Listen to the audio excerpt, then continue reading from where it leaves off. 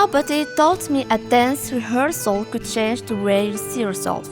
We were taught we would perform a dance piece, but what we discovered went far deeper than that. Rehearsal after rehearsal, we began to understand that Amuddu was not simply movements to be learned. It was a journey to be lived, a journey rooted in our identity, in our Moroccan heritage, in the spirit of Ahwach that we absorbed and shaped through our own bodies.